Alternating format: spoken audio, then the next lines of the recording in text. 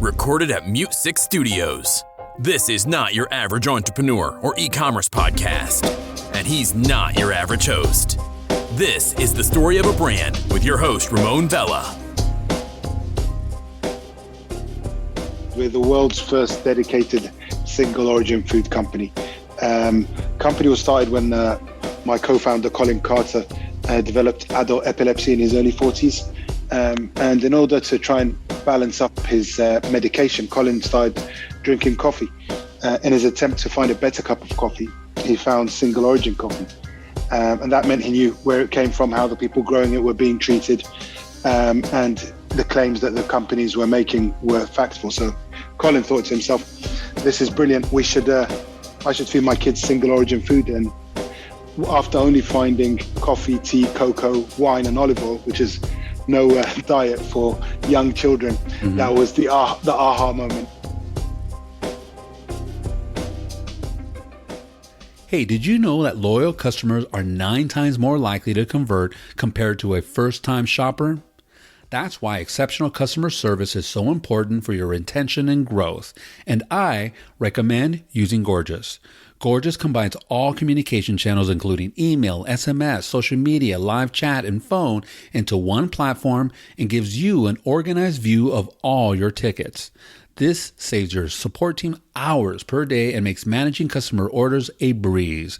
Go to gorgeous.com to book a demo and mention the Story of a Brand podcast for 2 months free. Again, go to gorgeous.com to book a demo and mention the Story of a Brand and you get 2 months free. How do the most innovative companies reach mobile consumers? Meet Attentive, the text messaging solution trusted by innovative retail and e-commerce brands like CB2, Coach, and thousands of Shopify brands. On average, Attentive consumers see 25 times ROI and 18.5% of online revenue driven by SMS. Ready for SMS to become one of your top 3 revenue channels? Learn how to get started with your free trial by requesting a demo at Attentive Mobile. Hey everyone, this is Ramon Vella, and this is another episode of the Story of a Brand. Like always, I have an amazing brand and founder that we're going to highlight on today's show. But as always, we're going to start off with a question about gratefulness. And why do we do this? Well, one, I just like to know what people are grateful for. It kind of tells me a little bit about them. And then 2, I truly believe as entrepreneurs, part of our job is going to entail stress and frustration and rejection and all sorts of things that really can take a toll on you. And so I believe that gratefulness as a strategy, as a tool, when used, can help you relieve some of that, puts things in context, helps you juice you up. And it also helps you just realize that, there's a lot of stuff to be grateful for, and that can de-stress you at the same time. So I love to talk about this. So Bilal, is there a time that you can share when someone provided you with a level of support that just made you feel grateful because it meant that they believed in you or your vision or your potential? Anything? Well, it's a bit difficult. It's a bit like an acceptance speech at the Oscars. There's so much to be grateful for and genuinely thankful. And there's no success without having great people around you, from mentors and so on. But off the top of my head, I think I'd have to be grateful for my co-founders and my team for putting the faith in me, for coming on this journey with me, because, there's a saying which says that the best thing comes to those who believe, better things come to those who have patience, and the best thing comes to those who don't give up. And I think collectively as a team, our perseverance and our faith in each other and in what we're doing is probably what I'm most grateful for. Yeah, I love that. And I definitely appreciate that. That actually, for me, that kind of knocks down a couple of myths, entrepreneurial myths. One is, the myth of the lonely entrepreneur kind of doing it all on their own. That's really just a myth. And you so wonderfully pointed out, it's your team. I mean, it's you and the team, it's you and your customers, it's you. And there's just so many support people and groups and systems around you that really help you achieve, what you're pointing out, what you're trying to achieve. So there's one. And then the other, that what you said reminds me of, is the fact that, we make a decision as founders or entrepreneurs or business owners to go through all of this, right? We Yes. like take that on and we say, hey, we're going to do this, and I'm willing to take the sacrifices. Sometimes we forget that those around us, whether they're family or our team or employees, they're on the same journey. They're right there with us. They've accepted the sacrifice as well. So you got to give kudos to them. So yeah, thank you so much for sharing that. Thank you. Well, and everyone, I am so grateful. Primarily, at least the first thing I'm grateful for, and that I wanted to share with Bilal and the audience, is that we have finally launched our website, thestoryofAbrand.com. And so it's brand new. It's actually doing very, very well. I don't even know this show, the growth that we've had, the where it's extended to, and the countries, not just the United States now, it's in Europe and in Australia and South America and so forth. This has all come about organically. Our website, I haven't done any marketing on it, and I've already looking at the server logs. It's like 40,000 page views already, and I just can't believe it. I'm so grateful that people listen to our show, that they believe in our mission of connecting consumers with founders through the founder story and through the brand narrative, and really just to learn about just amazing brands that are just doing so much behind the scenes. We're trying to uncover all that so that consumers and people know what's going on with that company and why they should connect with that company. So I'm just super excited. You can go to thestoryofAbrand.com, and we're going to continue to evolve that. It actually took longer than I expected to put over 500 plus episodes on there. So we have over 500 to 600 pages now full of content, and you'll be able pretty soon be able to search really easily for brands of all types and categories. Plant-based, clean ingredients, vegan, meat alternatives. We're going to put all those different tags in there, and we're doing that already. But anyhow, there's just a lot more to come. But the site is up, it's running, and we welcome you to go visit it. And definitely subscribe to our newsletter, because that's the best way to keep in touch with what we're doing. I'm also just grateful because we're going to be launching a new show called Start, Build, Grow Your Brand. Now, if it's a companion show to The Story of a Brand, and if The Story of a Brand is the why, this other show is the how. How are founders doing what they're doing? There's going to be a ton of entrepreneurial lessons. There's expert advice. There's strategies. There's tactics. This is short form, and it's meant to be a reference. So I want you to go back and listen to founders and see how they did it and their advice in terms of entrepreneurship and so forth. So really, really great stuff. But I could not do it without my advertisers, and especially with two sponsors. I just want to quickly mention them. Mute6, and you can find them at mutesix.com. As a matter of fact, you can go to mute6.com/story of a brand. There's a bunch of really cool things, free things that you can search there for our listeners. And they've been around 8 years. They're a performance marketing company. You should definitely check them out. They've worked with brands like Beekeeper Naturals and Stradia and all sorts of really amazing companies. So check them out. I think you'd be pleasantly surprised. They are just amazing. And so I 100% recommend them. Also, another company is called Omnisend.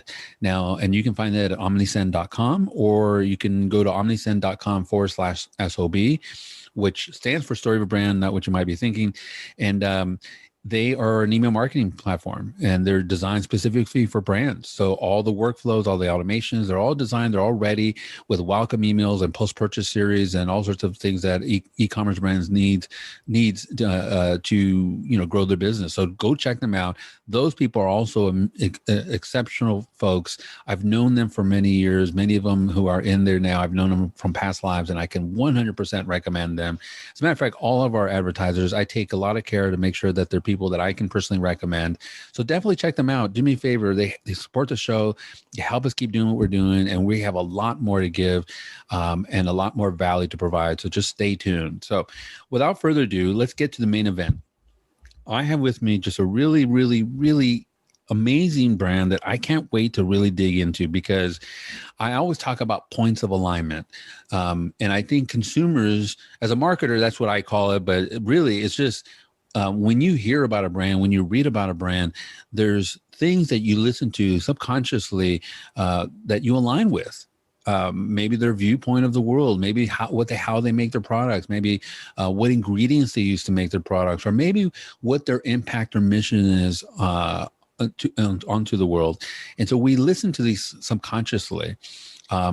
I, as a marketer and as an entrepreneur and as a host of the show, I listen to this stuff all the time, and I'm looking for things that I align with. I just automatically, and I can tell you that this next company, I have so many points of alignment with them, and that's what makes me so excited about introducing them to you today. So let me introduce you to Bilal Ibana, who is CEO and co-founder of the Single Origin Food Co. Welcome to the show.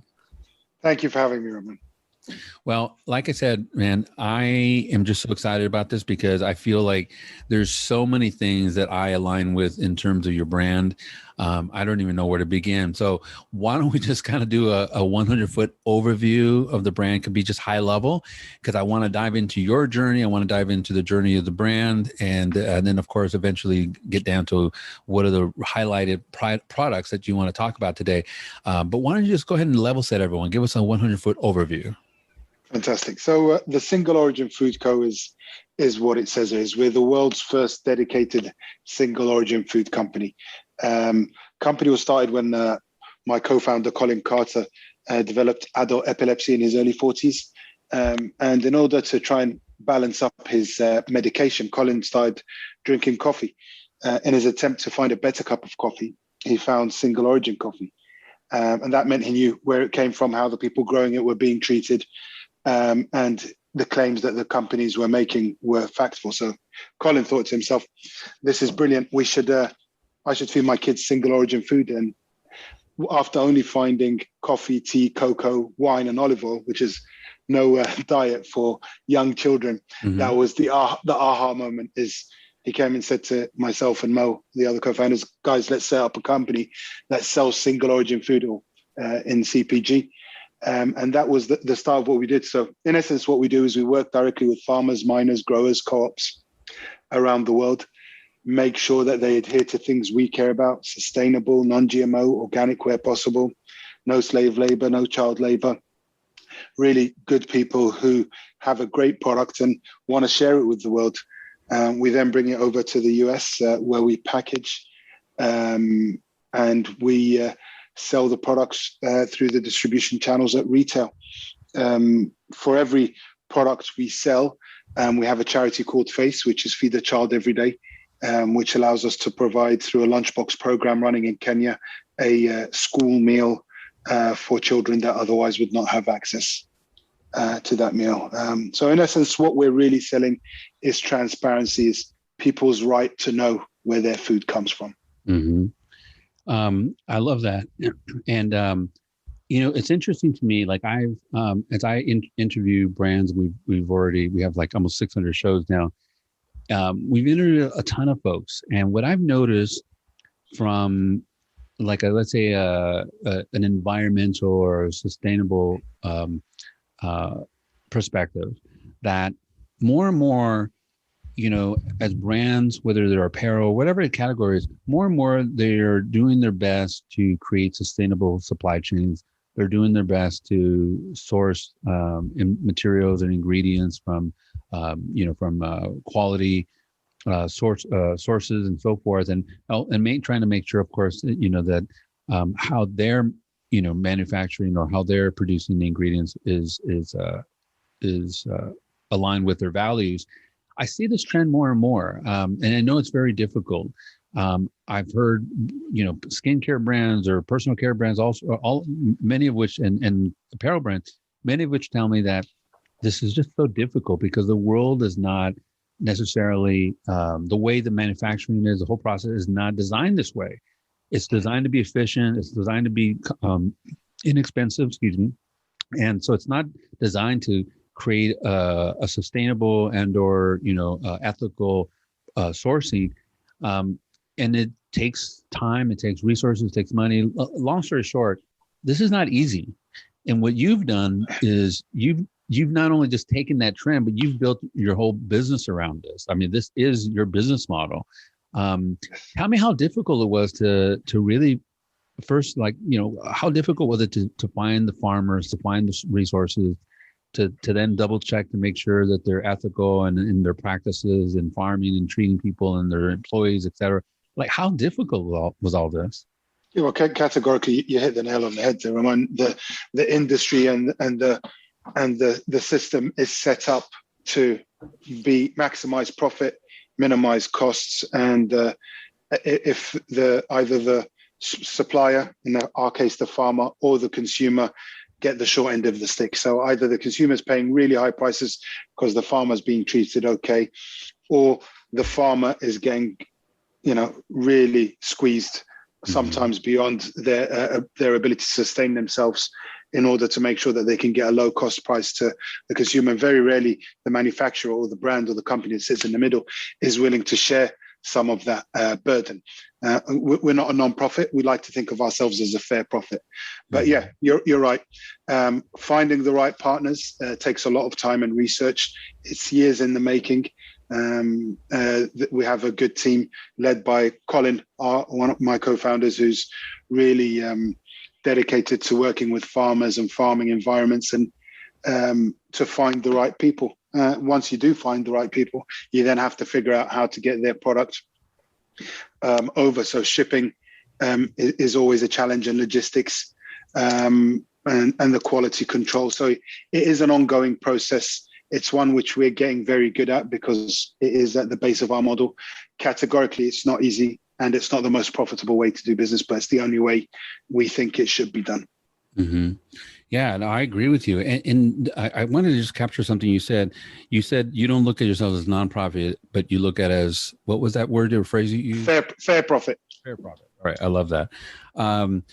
Yeah, I mean, and this is exactly, for me at least, this is one of the things that gets me excited about the show, is being able to uncover those things about a brand where the brand goes the extra mile, goes the extra effort, both not just for the consumer, which of course is at the foundation, but also for the community, for their environment, for the impact into the world. And I really truly believe that this is a winning model, and it's my goal is to help brands like yours and communicate this sort of like that extra effort that you do to these consumers, so that when people are looking in the market and they're thinking, oh, okay, well, let me see, should I choose this product or choose that product? This product's a couple bucks cheaper, whatever it is. And so what I want them to know is, I want them to know that single origin, spent years trying to create this sustainable supply chain, this ethical, sustainable supply chain, and their impact in the world is so much better and bigger than this other product that maybe is from a conglomerate. You don't know anything about it, don't know anything about what their ingredients are used and so forth. I want them to have that information, man. I want them to know, because unless we have that info, consumers we're trained this way, tend to go to the lowest common denominator, which is price. And so I want them to be armed with the information about companies like yours, single origin, who go that extra mile. So I'd love to hear some of the ways that you've kind of evolved. Like in the beginning, you started off with, like now you have honey, you have some other products and so forth. What did you start off with, and what was it like in the early days as you were beginning to develop the brand? Great. First of all, thanks for the platform to tell our story.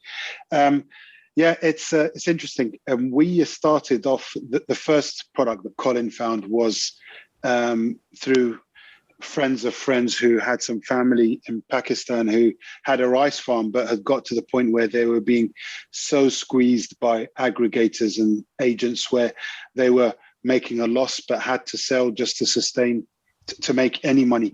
And we thought that could be our first starting point.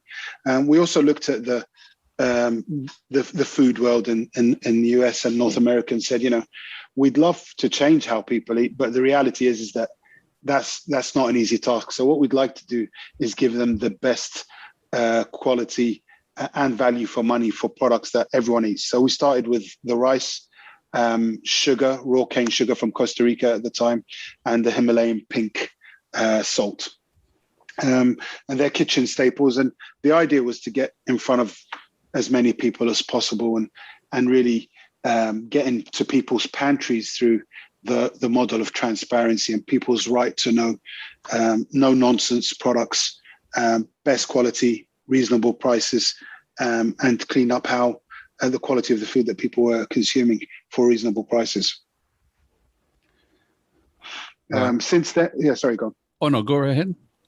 I was like, since then, you're right, we have evolved, and it's a key thing, I believe, in entrepreneurship or being a founders or trying to keep up with how things are going, is the ability to pivot and grow.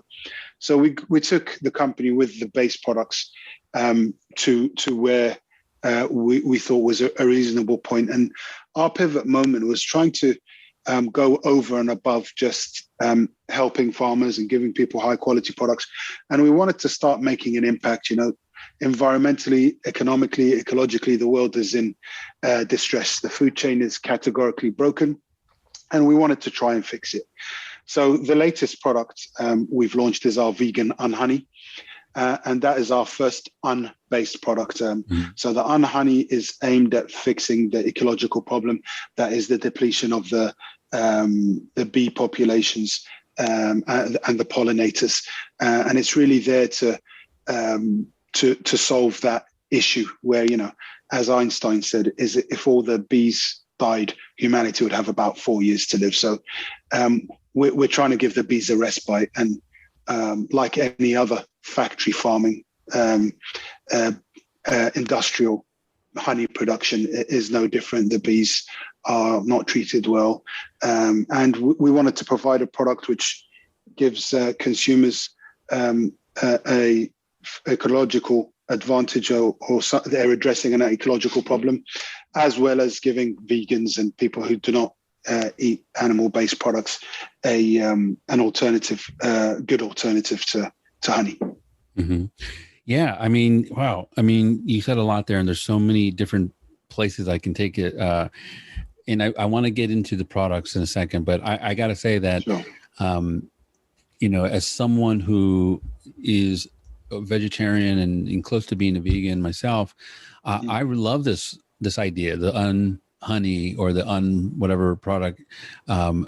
One is I love honey, and it's hard to find a replacement of it. So yes. You just got to buy the best quality you can. But I would love to have an alternative. I would love to have the choice of something that tasted great. I can put in my teas just like I do now. And so to me, this is fantastic. And like I said earlier about the points of alignment, the vegan is obviously a point of alignment for me, for a lot of folks. The ecology, transparency. I'm on your website, which is the SOFCO.com. Again, as the SOF as in Frank, CO.com. And on there, when you go to their products section, you can see their different products, and you can see exactly where the farm name is, where the location is, what the ingredients are, and a little verbiage about the product itself. So you definitely have this transparency going. Wow. Like I said, there's so many points of alignment for me on just that one product. But walk us through, we mentioned about the cost. How are you guys able to make this work in terms of, like, is cost the hardest aspect of all of this? And do you think as a trend or as an industry, as more companies become evolved in this and start doing some similar things as you, will the supply chain costs get lower, or will they be reduced? I'd love to hope it would, and categorically we're doing single origin food, but we hope more and more companies are transparent about where they source and go to the sources and the farmers, so that people who are growing and making the products actually benefit. The challenges cost, you're 100% right. Being a small company, it takes us a while to scale up. So that's where the fair profit comes in. We take as low a profit as we can to make sure that the product is arriving at a reasonable price. But our model allows us to be a bit more economical because there aren't any middlemen. So we go directly to the source, to the farm or the co-op or the mine in this case, and we pay them anywhere between 25 to 40% more than they would get in their local market. But then we bring the product directly to the US and we sell it directly to the retailer or distributor who sells to the consumer. So there's probably 2 or 3 layers which have of profit been removed from the process because we go direct. So that helps us a little. But as we grow and as more and more people care about these things, I would love to think that the price will be driven down. As with, organic, although it's taking its time, more and more people are buying it, which allows companies to provide an economies of scale, and over time drive down the price. And the price saving for us doesn't come by squeezing the farmers anymore, but if I buy 1 million bottles for my honey instead of 50,000 at a time or 100,000 at a time, then I'm saving money, and it's more on packaging and material and logistics where the efficiencies will come. Mm-hmm. One of the other things that I've noticed is also like where your products are distributed or sold, because I think that plays a part also in terms of there's so many really great products out there that should be more people's hands, or at least should be more available and or known. And so putting them in larger outlets and grocery stores and things like that is definitely the roadmap for many brands. How about you guys? Are you guys where are your products currently sold, and what are your plans for the coming year for that? So you'll find our base products, our salts, our sugars, and our rices are distributed in a wide array of places. So all the way from your Whole Foods type natural independent stores to Safeway, Albertsons, to H-E-B in Texas. And we have a big portion of our base product business available at conventional stores and natural stores. The idea with that is exactly what you said, is trying to make it as accessible as possible to as many people as possible. With our vegan on honeys, we launched exclusively with Sprouts last February, and we're slowly building traction in more stores. We'll be launching in Whole Foods later in the year, so August, September timeframe. And we'll continue to grow. As a product, it's still a bit more considered to have a specific consumer type. So it will take us some time to continue to educate consumers before we can spread into more mainstream stores like we have with our conventional products. Mm-hmm. I mean, that's fantastic. And they have a ton of stores, especially in our area. So are they available in all Sprout stores, or is it just certain regions? No, it's nationwide available in Sprouts, and they're our launch partner. So we'll have some more exciting on-honey type products, or on-honey products coming next year, where Sprouts will also be our launch partner. But yeah, nationwide available in Sprouts. It will be in 5 Whole Foods regions, New Seasons, New Leaf, Market of Choice, and then a host of independent smaller stores. Hopefully too many that I can mention, but we seem to have hit a chord with consumer demand, and honey traditionally or recently has been an industry which doesn't have too much excitement or innovation. So we're happy and very excited to bring something different to the masses. Yeah, no, I love just the whole concept of it. I can't wait to try it. There's a Sprout near my house, so I'm definitely going to go and try it out. And I'm glad that they're all over the place, because sometimes I hear about products and they're not available in California. And so then it bums me out, because I get so excited listening to the founders. So I'm glad that's the case. And by the way, when did it launch, the Unhoney? So it launched in Sprouts in February, and then started launching in other stores in June, and it will launch in Whole Foods August, September timeframe. And you say February, that was of this year, 2020? February 2021, yes. Yeah. Yes, February 2021. So in terms of that launch and I guess your other products, did you have any pivoting or anything that you had to do in terms of the pandemic? Oh, wow. So 2020 was a challenging year for everyone, I believe. We demand went up for our base products, but also supply chain became a much bigger problem. The ports were backed up. There weren't enough ships to bring product around the world, and packaging became less available. So yeah, we had a lot of challenges from being able to fulfill the supply required in the market. And based on that, it allowed us the time to do the development work to bring on honey to market. So 2020 was a challenging year, but being grateful for stuff. If you look on the brighter side, it allowed us some time to look at where we want to go as a company, as an organization, and where we think we can best help people and provide the most innovative type products we can. Mm-hmm. Yeah, I mean, it just seems to me that that in some ways the pandemic helped in a couple of different ways. One is I think people were looking for, after we kind of resigned ourselves to like, okay, this whole closure thing is going to be longer than we expected. Mm-hmm. And I think people started, cooking, right? And so people were looking, I think, for natural products, for better for you products, for, they had a time to kind of like review what they were buying and what they were doing. And I think that probably helped you and other brands in terms of demand. So I could see the same thing happening with the honey as well in many ways, even though we're not as locked down as we were before. But, definitely people just want a better alternative or a different alternative, even if it's not just for the bees.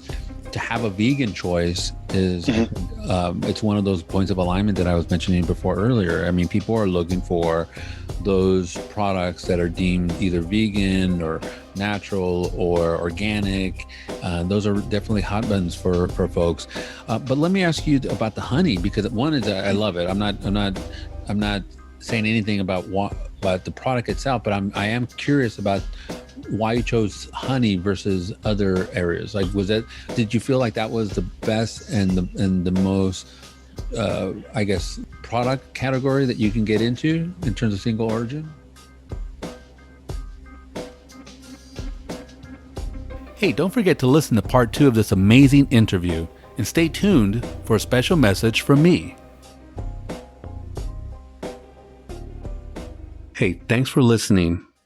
Listen, I have a big favor to ask, and it'll only take 30 seconds or less. And it will mean a huge amount to me.